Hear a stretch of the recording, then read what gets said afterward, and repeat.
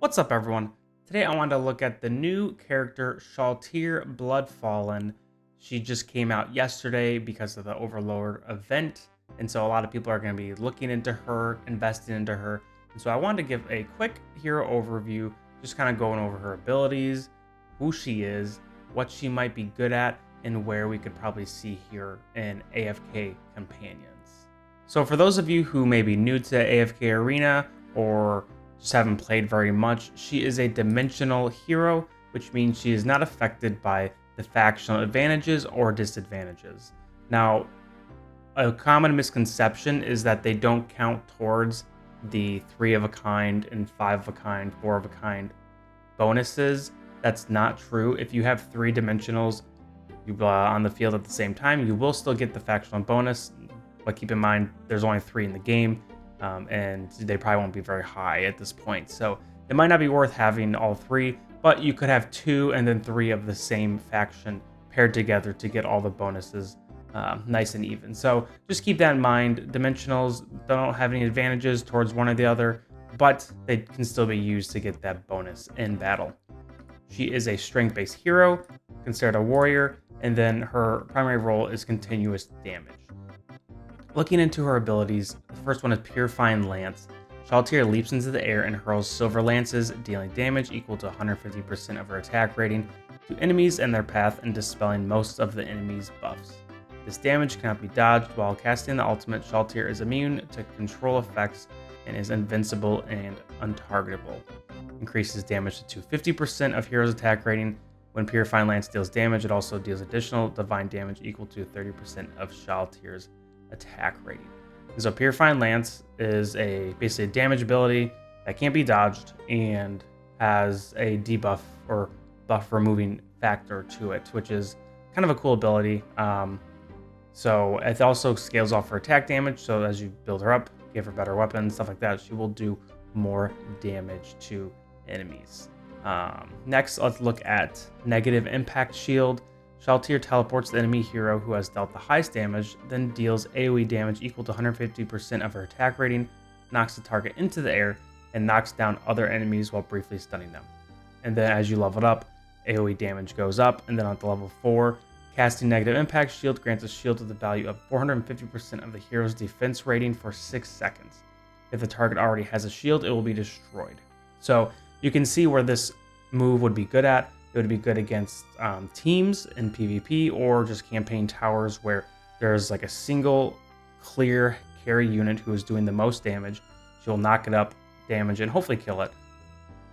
Next, we have Maximize Magic or Vermilion Nova. Unleashes Vermilion Flames that envelop the enemy hero with the highest attack rating or the enemy boss for 100% seconds, not 100 seconds, during which the enemy suffers health loss equal to 5 of Shalltear attack ratings every second.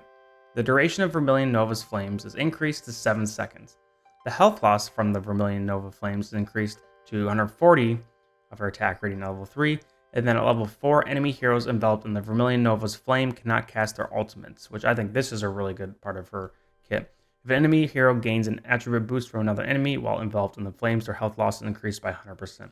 So basically, this is really good against single target damage, the carry of the team, but it also prevents their ultimate. So if they have some sort of ultimate that might be able to save them from her or output a lot of damage, she prevents that at level 4, which is super cool, kind of a unique ability. But then also the part where if that unit gets buffed by a comrade or an ally, no, I just said comrade, then they basically take a lot of damage. So this ability has a lot of kind of functions to it. You know, you have the boss damage, you have the single target damage, you have the it's a pretty long duration, which is really nice. Which you get to level 4. The fact that they can't cast their ultimate can be really big, especially against ultimate reliant comps or teams where the carry really needs to get their ultimate off. Think like Solus or the one celestial guy that is kind of annoying that never dies. Can't remember his name right now, but this could be pretty good against them. I could foresee in preventing them from getting their ults off, which just kind of leaves them in the dust and ready to die. So the last ability is Time Reverse. This is her passive. Upon receiving fatal damage or damage that exceeds 40% of her initial health, Shalltear teleports to evade the damage. All attributes are restored to what they were 3 seconds before, and most debuffs are removed. This effect can be triggered up to 2 times per battle.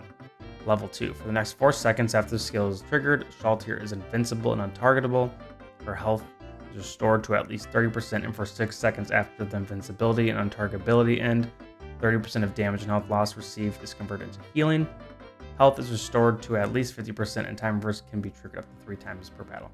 And so this is really what gives her a lot of sustain, makes her really hard to kill, and really kind of makes her from an average unit to putting her to a great unit. This is going to make her super annoying to kill, make her last a long time in battle, and can just be really persistent. It gives her a ton of sustain, and I'm curious to see how this is used in AFK Companions, whether it's really strong in PvP or whether it's kind of just like a campaign pusher, or to kind of be a decoy until your carry can get an ult off. Or I'm curious to see how this works, because this just sounds super annoying at max level. And the fact that it can be triggered 3 times per battle, just feels like she will literally never die if she, is not just bursted down and then bursted down and then bursted down again. And so I think her kit overall seems really fun. It seems really cool, and it seems pretty strong. So I'm curious to see how she's used in the game. Let's look at her signature item. When Shalltear inflicts damage or health loss on an enemy, for every 30% damage in excess of her initial maximum health, she gains 15% attack rate and defense, plus immunity to control effects for 4 seconds after triggering this effect.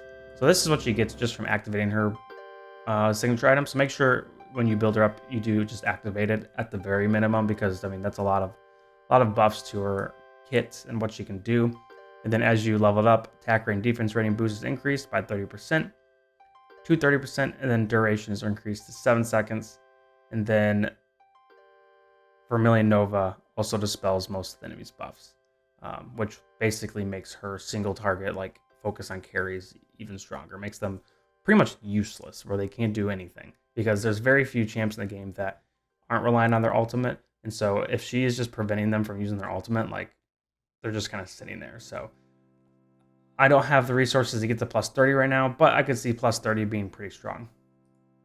Another thing I wanted to look at was her divine effects. These are the effects that you gain as you level up her star level when she's ascended. I would say the things that are kind of her big power points are 1, 3, and 5 stars. The 2 and 4 stars, the stats are obviously nice, but the other things are their bread and butter things that are going to really make her kit even stronger. So the first one, casting negative impact shield, grants a shield. If the target already has a shield, it will be destroyed. It's nice against units that have shields, obviously. 3 stars, health is restored to at least 50%, and time reverse can be triggered up to 3 times per battle. Gives her more sustain. And then the 5-star one, 85% less damage from health loss from summons.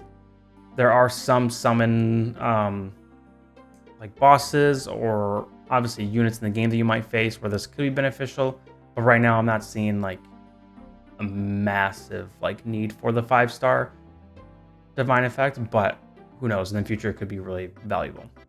So as you can see, here are some of her abilities. That is her lightning one, the first one I mentioned. I can't remember what it's called, but you can also see her Vermilion Flame proc soon. Yep, right there, you saw it very briefly. The unit died. Then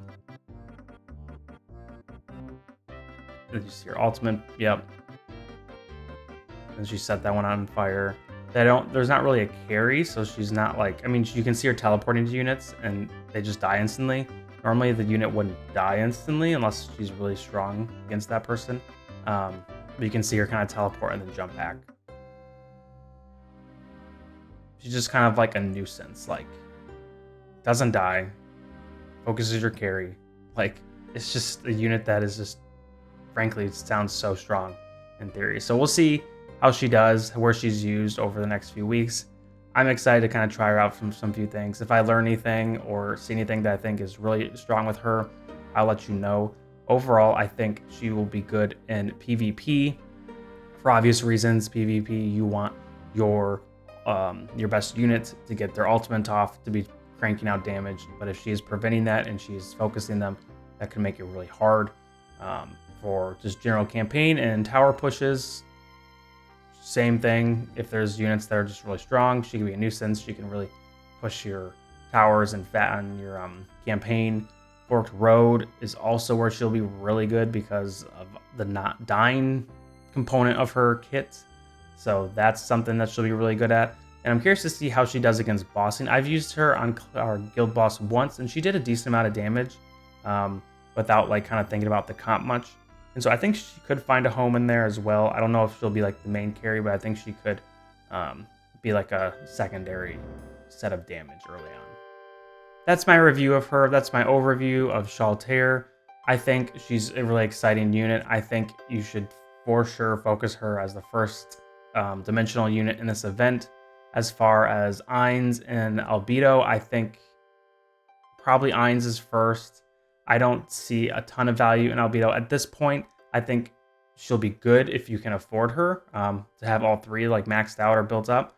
But I think Ainz is probably the next one you want to focus, and then Albedo. If for some reason that changes, I will let y'all know. But that is where I am at currently, and that's who I will be building next. But obviously things can change once people kind of mess around with them more information comes out about how they thrive in certain areas. But I think that is where I'm leaning towards. But hopefully this hero overview is helpful. Hopefully you guys were excited about this one because she's a new character. I was really excited to kind of talk about her and learn more about her in detail. But thanks for watching, y'all. Hope you have a great first day of 2025. Peace.